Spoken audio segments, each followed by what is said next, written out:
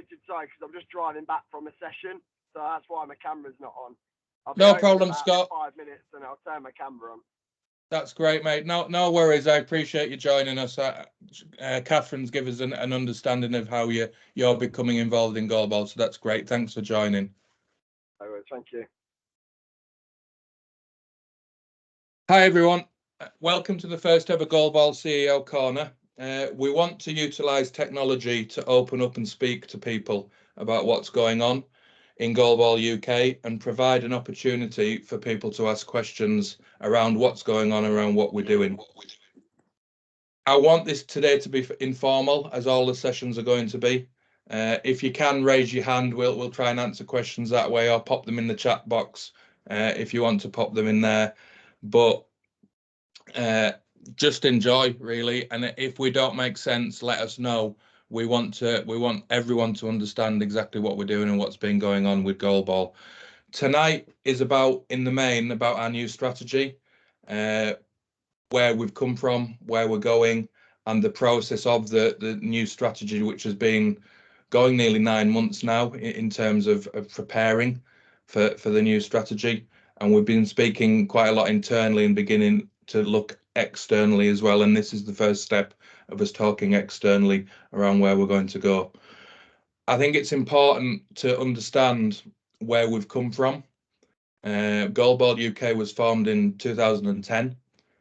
Previously, goalball was governed by British Blind Sport in the UK, and we've been on quite a journey as a governing body. And Faye's just going to talk a little bit around the last 10 years, and in particular the last strategy, which was transforming more lives. So over to you, Faye. Thanks, Mark. I feel like the past 10 years is a reflection of my life as well as the Goalball UK strategies, which is brilliant because it means that I really lived and had that lived experience of it as well. We've also got Catherine Fielding, who has been just as involved, if not more involved, and for even longer as well. When I first started, arguably we had 3 or 4 members of staff when you chipped everyone together. We've now got, correct me if I'm wrong, Mark, 12. And our latest additions include a comms lead, fundraising lead, high performance lead, and placement students, but placement students that aren't just with us for 6 weeks, they're with us for a year, which I think is really important to give that lifespan to everything. But it shows how we're not wanting to stand still, and the current strategy has been about that. How do we improve? How do we make things better? How do we service the people that we're here for better? Hence the extra staff. The competition structure is one of our biggest elements, if not arguably our biggest element of our organisation. Our weekends is a prime time to deliver our competition. We have gone from, say, 15 days of delivery to 33 weekends of competition at 3 different levels. The levels being regional, intermediate, and Super League. They never used to be the names. We used to have Novice, which was like newer, beginner people. Like, we tried to reflect stuff. Super League, we used to call it an elite tournament. Now it's a Super League. It's meant to be the creme de la creme of what we're doing. We've got finals for each level. Next year we're wanting to host international competitions, which is something that we've never thought of doing previously because we've not had the resources to do it. So I think that shows a real growth, and that really links into one of our obsessions as well, about the awareness and bringing goalball to the forefront. Our young people offer is so much stronger than what it used to be. We never had a children and young people's officer. Now we've got one in Stephen Newey, working alongside our talent lead, who is Alex Cockerham. They're working with a huge number of young people. Previously we've just done a couple of random days here and there. The young people are then coming through our pathway and coming through our system, especially within the academy. But we can't do it without Stephen being on the ground and doing that side of it. He's also doing the school resources. It's taken a long time to put them together. It's a really difficult piece of work. But like I said, we've never been able to do it without a member of staff that's solely focusing on that element of what we're trying to achieve. I think our membership voices are really important. We've had the club and competitions committee for a long time in different formats, and now we've got the club and competitions committee, the PAC group, youth forum, and the This Girl Can working group. One of our obsessions was to give people a voice and make sure that we're working with our key stakeholders, and they are all forums for people to be able to do that, which I think is really really key to our development, and that comes through a lot, that is in terms of people's voices in our next idea for the next strategy. And then kind of the final bit for me would be the performance pathway. Previously we've had talent and our senior GB squads. Now we've got the academy, talent and current senior GB squads. We're looking at transforming that. 2 academy hubs, so likely north and south, talent and under 19 squads and programs, and then a difference in the breakdown of our senior programs as well. I think noticeably as well that our senior squads are both in the European A Championships. We've never had that in the 10 years that I've been involved. One of our obsessions was to get high performing squads that are competitive on the international scene, and we're definitely doing that. And we've had both competing in the World Games as well on home soil. That's probably one of the most important things that we've managed to be part of in this current strategy, because it's not just about the players that are competing, it's about everybody, our referees, our officials, our activators, clubs, the academy and talent squads. They were there watching, taking everything in. The awareness of the sport and sports for people with sight loss across the whole of the UK as well. I think that had a massive bearing on how things are going to move forward with what we're trying to do. So it is a bit of a snippet. It's the key things that I've kind of taken from the past 3 or 4 years, and if not the past 10 years as well. If there's anyone else that would like to chip in, then feel free. Catherine's just smiling. I think building on that, the past strategy transforming more lives, we had 6 strategic obsessions within there. Excuse me for reading out, but the first one's increase the number of players, coaches and volunteers participating in goalball in the UK. Have we done it? Yes, there are more people. Are there enough? Absolutely not. There are absolutely not, especially when we're looking at coaches and volunteers. We know that we're not servicing our people well enough, and that's been at the heart of where we want to go forward. Providing players, coaches, officials and volunteers with a safe pathway, allowing them to develop their talent from a strong domestic framework of competition. I think Faye's very much gone on to what we've done there and how we've developed over the last 4 years in terms of how we've evolved and how we've developed and how we're continuing to improve. Again, is it perfect? No, it's absolutely not. But is it improved? We believe yes, it is. And our recent survey has suggested that our people also believe the same. We wanted to increase the awareness of goalball and Goalball UK across the United Kingdom and on the international stage. We've appointed Joe to help us to do that, which has been a critical appointment for us. And looking at what we're doing digitally, we also worked alongside and pressurised to an extent IBSA in terms of establishing an international goalball day. And that's something that's growing and has been running for 2 years now. Our social media following is increased. Our website has increased hundreds of % probably since 2019, in all honesty. But we're starting to look at what we can do strategically, and there's some things that we'll talk about later in the strategy. We needed to increase the funding and resource of support for growth. We've been within a pandemic during this period of this strategy, we have to remember. But when we look back, if I look back from 2017-18, where you look at Companies House and our turnover was around 300,000, we're looking at around 800 to 850,000 a year now. So we are doing it. We're doing it in different ways. We're receiving support from UK Sport for the first time since 2013 now, that we weren't in 2019. And we're receiving 46% more money from Sport England. We're mindful of the fact that we need to do more with the home nations, and we're in continual discussions with the home nations sports councils and their NDSO, National Disability Sports Organisations, about how we can do that better. We also need to be better governed, and we've met the governance code, which we're really proud of. We will have met the second governance code by April. We had 2 very minor things that need to be approved at board level, and we'll be meeting that. The governance code is a measure to show that we're a well-run organisation, and the level of detail we have to go in is exactly the same for all governing bodies.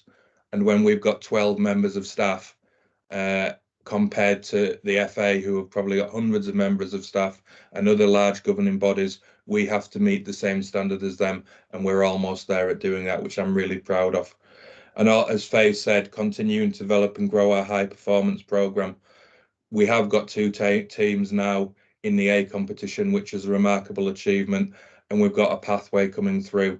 I recall coming in 2017, and we weren't even able to field a team in the European under-19 championships. We know that we can consistently do that now, and that's due to the hard work that Faye's talked around.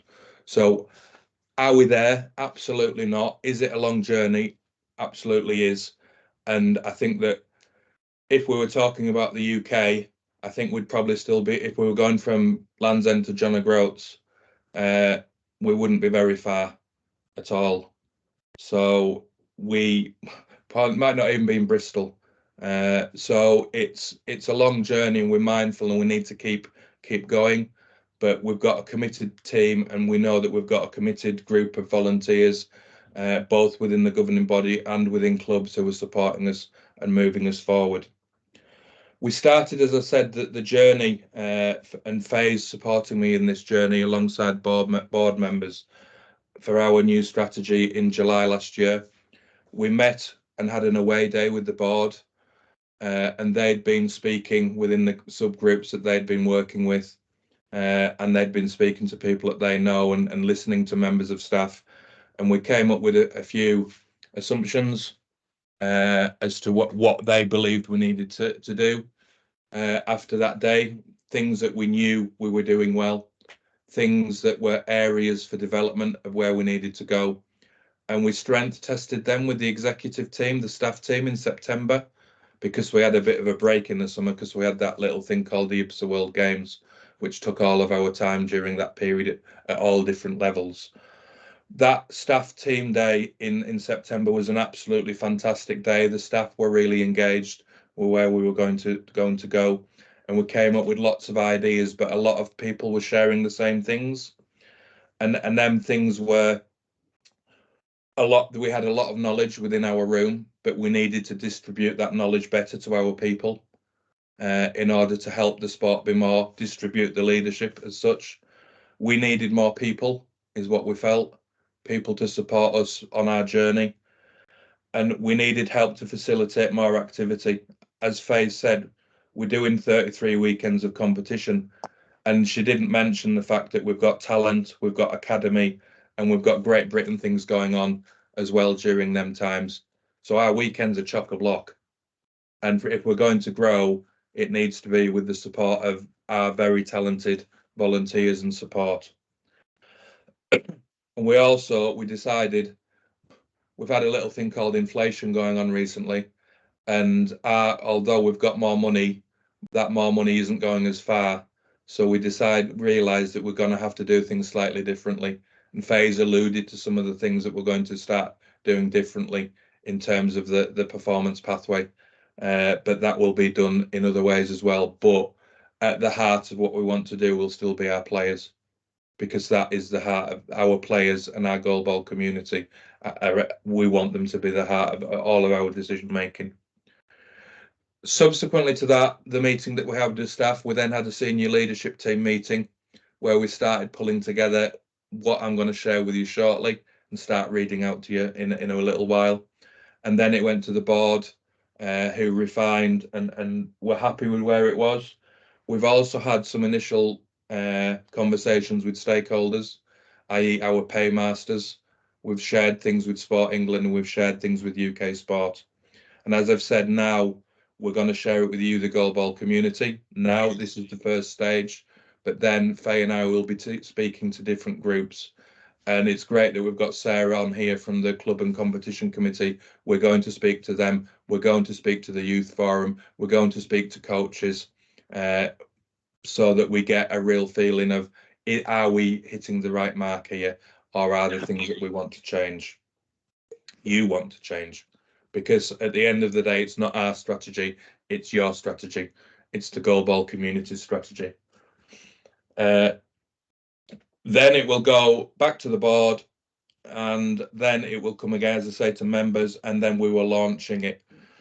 I'm not going to put a hard date on when it's launched. My appraisal was all about getting it done by the end of March. Could we get it done by the end of March? Absolutely, yes, we could. But I want to spend more time in the problem of this, and I want to make sure that we've ironed out any things that people think aren't hitting the mark, and doing the right things. So the new strategy is, we've got a vision, and we've talked about people and transforming lives, but our vision initially is for goalball to empower people to live and play an active part in an inclusive society. And that's what we want goalball to be doing. That's our vision. And that's something that we're aspiring to, and the place that goalball, some of that is outside of our gift, but it's something that, a direction of travel that we will be moving towards. Our mission, excuse me, is to engage the goalball community through inclusive, high quality opportunities. And that's what we want to continue to do.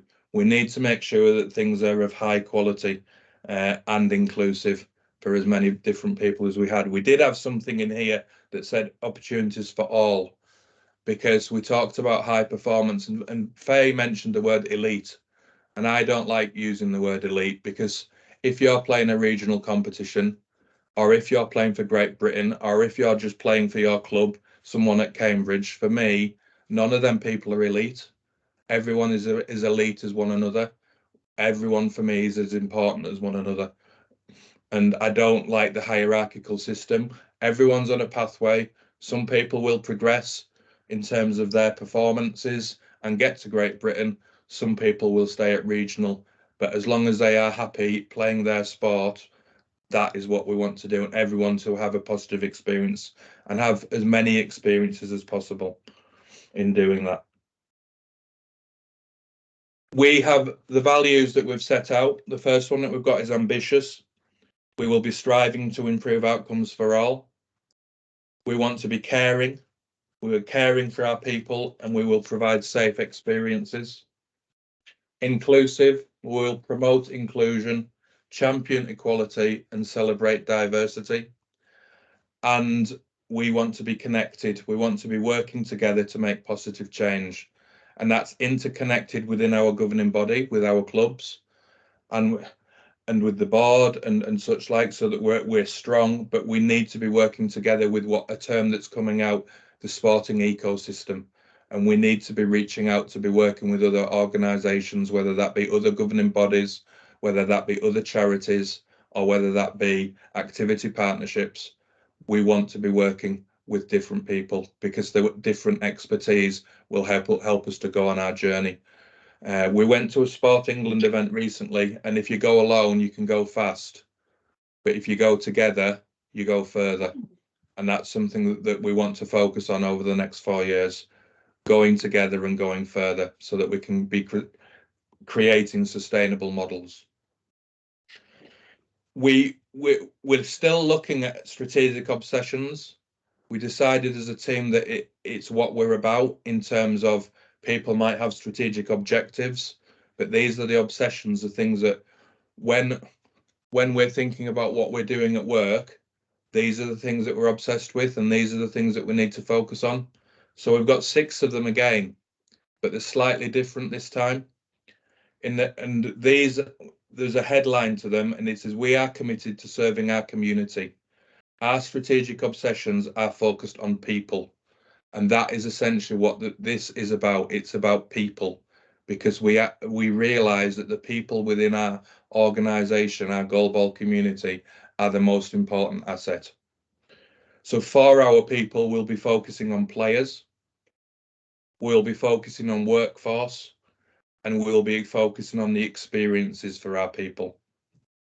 And we will also be doing things in terms of supporting our people, and that will be forming partnerships. It will be developing our organisational health, and it will be raising the awareness of our sport within the UK and beyond. There are strategic things. What we said within the people was people within our community have transformed their own lives and those of their peers. People are at the heart of the goalball community, and they have allowed us to achieve all of our successes. We need to continue to support, nurture and grow the talent within our community and empower them to effect positive change. We'll do this by supporting people and providing high quality, positive experiences.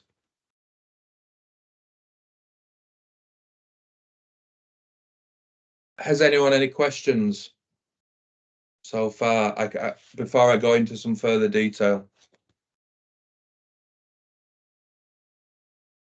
No, so regarding the players, some of the things that we're mooting that we're going to do is support the people who are blind or partially sighted with a particular focus on clubs. We're mindful that clubs are at the heartbeat of what we're doing. Without the clubs, we don't exist. We're mindful of the fact that we probably haven't done enough for our clubs, and we need to continue to do more in order to help sustain them, in order to help them to engage, in order to help them grow. We want to continue to provide children and young people who are blind or partially sighted with positive opportunities to create a lifelong connection to the sport and physical activity. And through our talent system, we want to provide inclusive, high quality, tailored and accessible training and competition opportunities, allowing individuals and clubs to meet their full potential on and off the court. And I think that's key. It's not just about what happens on the court, it's about what's happening off the court and how we support people there. We also want to continue to develop our high performance programme to inspire people who are blind or partially sighted through sporting excellence, ability and medal success. And that's again a key part of what we want to do. In terms of our workforce, we want to continue to recruit, train and support new coaches, new officials, to support events, to support clubs and support activities across the sport. We want to develop a robust coaching pathway. We're mindful that that's something that we need to improve upon, and our new existing coaches to develop to meet their full potential. We also want to continue to develop a robust officials pathway, allowing our existing officials to develop and meet their full potential. And we want to recruit, train and develop and retain our players into volunteering opportunities that allows us to maintain a long-term relationship with our players and them to have a long-term relationship with Goalball UK and beyond, again, within the physical activity network. In terms of experiences for our people, we want to provide inclusive, accessible, connected experiences. We want to ensure our competition structure remains at the heart of our work and continues to develop. And we want to make sure that we continue really to offer a warm welcome to the goalball community. So that one of the things that the feedback that we get is that people enter our sport and they feel as if it's a warm welcome that they're receiving, and they feel welcome into physical activity, often for the first time. In terms of for our people, supporting our people rather, without success in this part, without success in developing our part within wider society, our organisational health and sustainability will not thrive in terms of our activities for people. If we don't get this right, we can't continue to deliver the work that we want to. So we're going to partnerships for our people. We want to use partnerships to develop our role within the sporting ecosystem and develop our capacity to deliver more activity to new and existing people. We want to ensure any partnerships or collaborations have a clear and significant benefit to Goalball UK or people with a visual impairment and provide value or expertise to our community of players. We want to develop expert partnerships to improve our governance and effectiveness. We're mindful of the fact that we're a small team. I've mentioned the governance code, and in order to continue to do that, rather than employing people, we need to develop relationships to do it. In terms of organisational health, we need to continue to secure additional funding to continue a sustainable growth and ensure an increased financial resilience. One of the things I didn't mention was until 2021, we weren't meeting our reserves policy and now we are for the first time. We need to continue to do that and grow that so that saving things for a rainy day and allowing us to do things strategically and develop the sport. We'll focus on actively ensuring our leadership become more representative of the community we represent.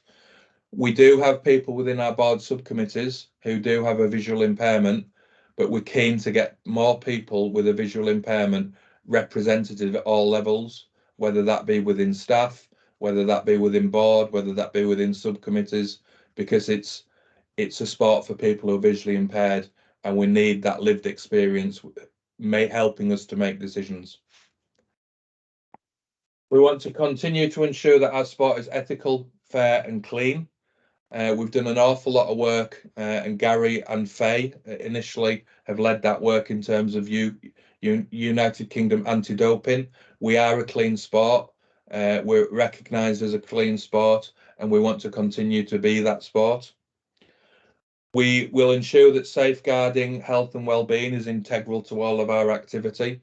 We are working hard with our safeguarding. Steve Cox, who's not on the call tonight, is working hard with the Ancraft Trust and with the NSPCC Child Protection and Sport Unit in order to make sure that we're providing a proportionate but safe sport. And they're recognising the good work that we're doing. We've received some really good feedback, especially from the Child Protection and Sport Unit. Actively encourage people who are blind or partially sighted to board and subcommittees, which I've already mentioned, or external partner board opportunities where our people are underrepresented. And Louise is on the call tonight, and Sam is doing some work with the BPA, and we applaud the fact that she's doing that. We want more people being represented who are visually impaired in different powers of responsibility. For example, Dave Clark, an ex-goalball player and also an ex-footballer, is blind, and he is the CEO of the BPA now. Who knows? Maybe the next person that succeeds me is somebody who's visually impaired. It wouldn't be a bad decision at the right time. We want to continue to raise the awareness of our sport, so we'll engage the current audience, community and stakeholders, but we also need to grow it. We're mindful of the fact that more people need to know about our sport. We're going to continue to make goalball visible to the wider population and ensure that goalball remains a recognised sport, and do everything that we can to support IBSA in order to do that.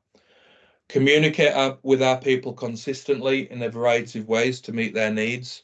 This is one of them things. We've started it before, but this is one of the new things that we're going to do. The CEO corner is going to be a monthly thing where I will be here ready to speak to people and answer questions. We need to grow our audience of supporters. We are a charity, and we need to make sure that people know the good work that we're doing and hopefully help us to generate additional income through fundraising and through philanthropy, as well as looking for applying for funding bids. We also feel it's our role to represent our membership, and we are committed to highlight the inequalities faced by people who are blind or partially sighted, and we've done that recently in a variety of ways, and we will continue to do so as much as we can within what we've got. And essentially that is the heart of what we want to do and where we're going to go. I'm mindful of the fact that we've got some board members on now. Emma's on. We've got Scott, who's new to the sport, Louise, who's who's been in and around the sport for quite a while. Metin, who's joining us from Turkey. I'm just open the floor to any questions that people may have. At which point I might get silence. I've just got one question. Great to hear what you're all doing. What is the pathway towards like getting coaching qualifications and things like that? Because obviously I've got a coaching company and we've got staff that are coaches in cricket, football, all other sports. It's just, and we've done some British Blind sport training and we've been signed off with them, but that was very multi-sports and a bit of everything. So is there a pathway in Goalball where we can get the coaching or get qualified or in bursaries at all? I'm not sure. Like the FA and that are very good and been going a long time, so it's just all new whether those things are in place for you or not in place for you. They're not in place. I think Catherine's probably the best place. And I did promise that I would throw people under the bus to explain what coaching resources we have and some of the work that we're planning on doing over the next couple of years. Catherine, over to you. Have you finished your tea? Not started it yet. We are cheap and cheerful, so forget about the FA, forget about your 5 weekends and your £350. We just want people coming into the sport with passion that we can help qualify to then go and deliver the sport. So the school leaders that I shared with you, that's kind of the introductory qualification. And then we've got our club leaders. And what we're doing now is building a package of resources around that, because everyone has a different entry point to the sport. So if you're coming in from a sport background, we know there's lots of transferable skills. If you're coming in from a VI background, there's lots of transferable skills. But to be a goalball coach, obviously both of those skill sets are needed. So it's work in progress, but at the moment it's about immersing yourself in the sport, and then with the support from us, you will become a fantastic goalball coach and take over from Faye. Okay, yeah. So like I said, we've got a team that would like all of our team near enough to have some training in it. We've just literally started in Leicester a blind and visually impaired like sports kind of hub. We're doing football, goalball and multi-sports. We've just got a partnership with a school where we've invested in nearly, I'd say, £7,000 worth of visually impaired sports equipment. We've got proper goalball goals. We've got the balls, we've got training balls, kids smaller balls. We're going into primary schools and delivering it with school partnerships in Leicester. So we're trying to be the East Midlands main supplier of blind and visually impaired sports from a special needs school in Leicester, which is just off the motorway. And it's also got a blue floor, which I believe is good for visually impaired sports, a blue baseline floor in sports hall. So yeah, we're just really keen. We've only just you might have seen some of our marketing go out if you are looking at any of our pages, but we've just gone with all the marketing about trying to engage and get people to join us. So for us, we're trying to engage and have people back it who are like British Blind Sport, their logos on it, because we've gone with Philippa and done the training there. We just want some kind of official support maybe from you guys to tell people that we are serious about becoming a club in Leicester and competing and trying to find athletes to take part at the high level. Absolutely, Scott. That's great to hear. I believe you've had some initial conversations with Catherine. Only 1 or 2 emails. It's Philippa. 1 or 2 emails. I think it's probably that's one to take outside of this meeting, okay. and probably have a conversation with Catherine and potentially Stephen as well as to how we can take this forward and how we can help you to develop. It's the club affiliation route that we're looking at going down. That's the next stage. Yeah. Brilliant. Yeah, if we can get those conversations going, that'd be great. Cool. Thank you. Does anybody else have any other questions? I have got a couple of questions that we've had online that I'll go to shortly, but is there any questions regarding what I've just said in terms of the strategy, first of all?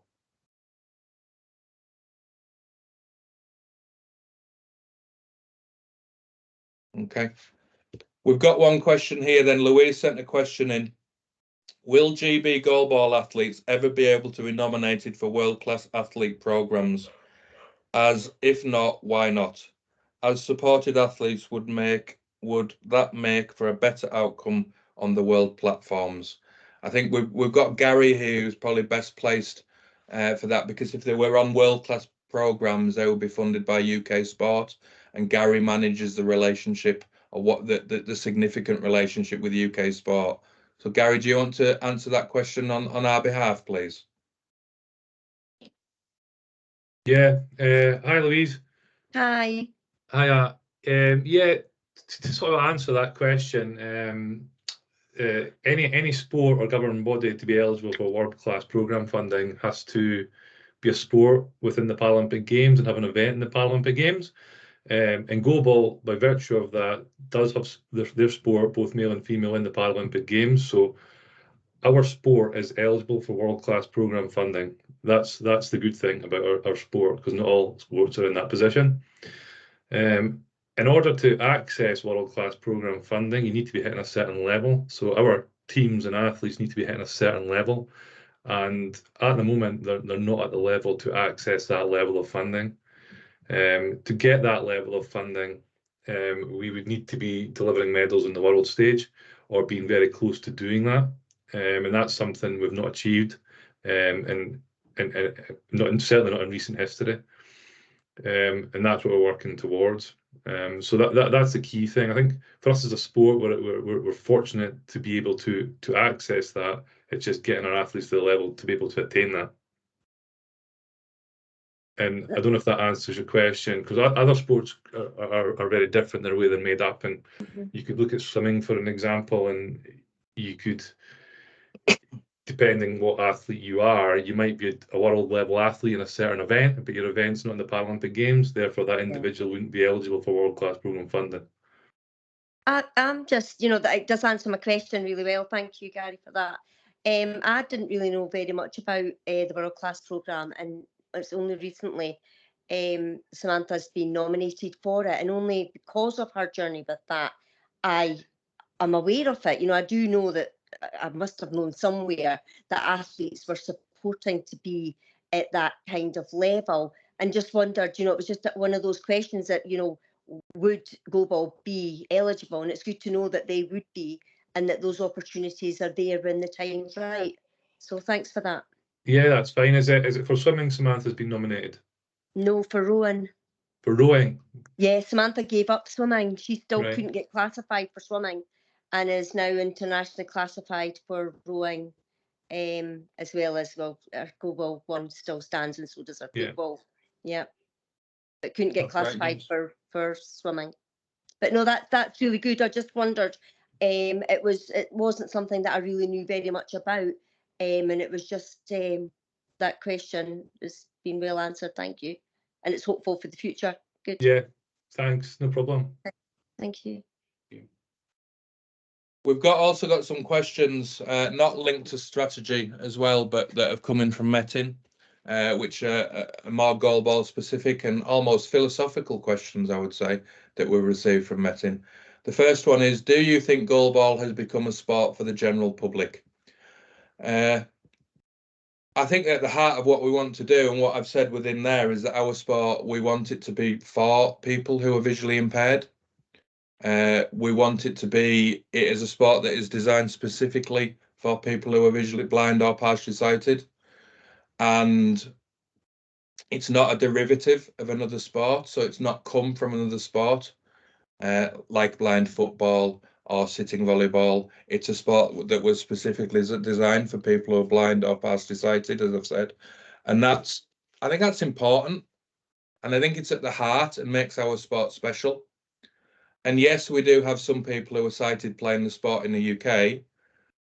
But for me, we want people to understand and know the sport. But I personally want it to be something that we're doing for people who are blind or partially sighted, to give them that opportunity that they don't get in many other areas. I don't know if anyone else within our team have got an opinion on that, but that's certainly mine. Yeah, I'm happy to share my opinion on it. Over over the past 10 years, I think goalball in the UK especially has become a real sport. Before it used to be, oh, we're doing something nice for some people that don't get the opportunity to do a lot of sport and physical activity. And I think this is where the new strategy comes in, that people are, and especially people in our goalball community, are like, this is a competitive, fast-paced, dynamic, energetic, social game where we're getting loads out of. Whereas when we first started, it was like, oh, this is good. Like, I'm having a nice time here. Like, and some people are still just having a very nice time playing. I understand that, but we're taking it seriously. There's more people in the general public that understand what goalball even is. When I first started, they'd be like, what's goalball? And now you say, oh, goalball, and they're like, oh, I know what that is. Whereas that never happened before. And I think that's the awareness as well, especially from our children and young people's stuff that we do, and the work that Catherine does. It's like she's phenomenally done work for a number of years to get goalball out there. So yeah, I think it's more in the general public's domain. And I think hosting the World Games was a really important thing as well for sight loss as a sight loss sport as a whole. But I definitely think it is changing because people know about it. Once people know about it, all of a sudden it starts growing and growing and growing. So yeah, that would be mine. Like, it's not just a nice little thing to do anymore. It's a professional sport with a national governing body that's got 12 members of staff, X amount of clubs that are working really hard, X amount of people in a performance pathway, and competitive, really good senior squads in the international level as well. I could go on forever. I'll shut up now. Passion, Faye, passion. The next question that Metin's put in is, do you find goalball dynamic? I think I've played goalball, and yes, it is dynamic. Granted, I'm a nearly 50-year-old man, but it is a challenging sport. I think in defence you need to be dynamic, and I think in attack you need to be dynamic. So absolutely, yes, I do think it's dynamic. Gary, you've come from other sports, and you're 18 months into working with goalball. Would you say that the sport is dynamic? Yeah, it's very dynamic. It's very dynamic, fast-paced. Yeah, it's an excellent example of a dynamic team sport. You need to be fit. It's hard. It's not easy to play at the highest level. You're throwing a ball that's 1.25 kilograms at each other. It's a tough sport, dynamic sport, fast-paced. It's all those things. Thank you, Gary. And finally, the final question we got from Metin is, do you believe that there are rules that need to change in goalball? I'm going to dodge this question unapologetically in terms of it's not within our gift to say that. We play the sport within the gift of the sport. I'm personally happy where the sport is in terms of rules, and we will work with IBSA if they feel some rule changes are needed.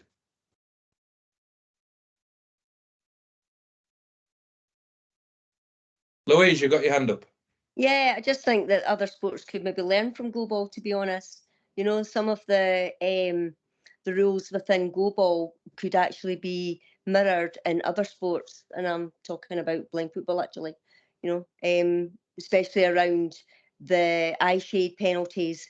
You know, I have definitely seen seeing different sports how I feel goalball is such a good model, and other sports could learn from that and take that forward. And it is something that I have, you know, obviously voiced to IBSA. And we have been in conversations with the FA. We have been in conversations with the Lawn Tennis Association as well, in terms of trying to ensure integrity within the sport. And we do have them conversations quite regularly. Catherine, again, has probably experienced more blind spot than any other sighted person within the UK. And I don't know, what's your feeling about the rules and how it's run, Catherine? I think you've touched on it there, haven't you, with certainly with football and with tennis, it's done in very distinct classifications, whereas we are, other than at international level, B1 to B3. So there's an impact there, definitely. from a sight loss point of view, I think a lot of people find it liberating with the eye shades, and it's making sure then that it is fair in that respect. So I think none of us are using the word here, but we know what you're implying by it. And that's always going to happen in any sports, and it's down to the individual's integrity as well, isn't it, as the officials? So can we eradicate that? We want to, but how do we? Thank you. I think that's the last of the questions. I'm going to just give one more opportunity if anybody has any questions, either about the strategy or either about goalball in general, or anything that they've noticed.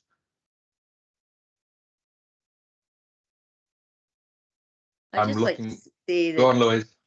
goalball's an addictive sport. You know, I spent the time on the sideline just as a parent, you know, but it does really, you know, I absolutely watch it, you know, love watching it as a spectator, actually, better than anything. And it's, you know, I'm really pleased for the strategy going forward. It's good to hear. I appreciate them kind words, Louise. It means a lot to us. Yeah. Thank you. I'd just like to thank everybody that's attended tonight, people from the goalball community, both in the UK and away, and the staff for supporting us. This is, as I say, it's the first of many of these CEO corners where we'll be discussing different things about goalball. Please look out for the next one, which will be in early March, and hopefully we look forward to seeing you again soon. Thank you, everybody. Thanks, Thank you. everyone. Take care. Bye. Thank Bye. you. Bye. Bye. Bye. Thanks, everyone. Thanks.